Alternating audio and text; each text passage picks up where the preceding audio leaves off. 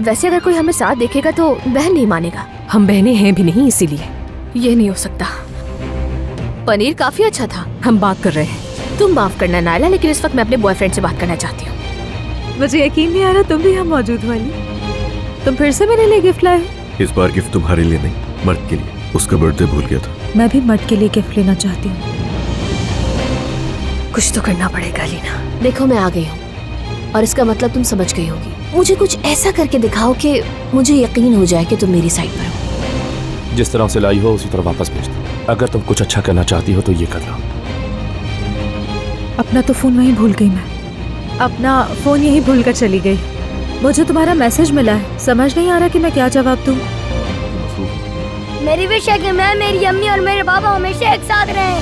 ये मोहब्बत बदुआ बन गई है, ये सजा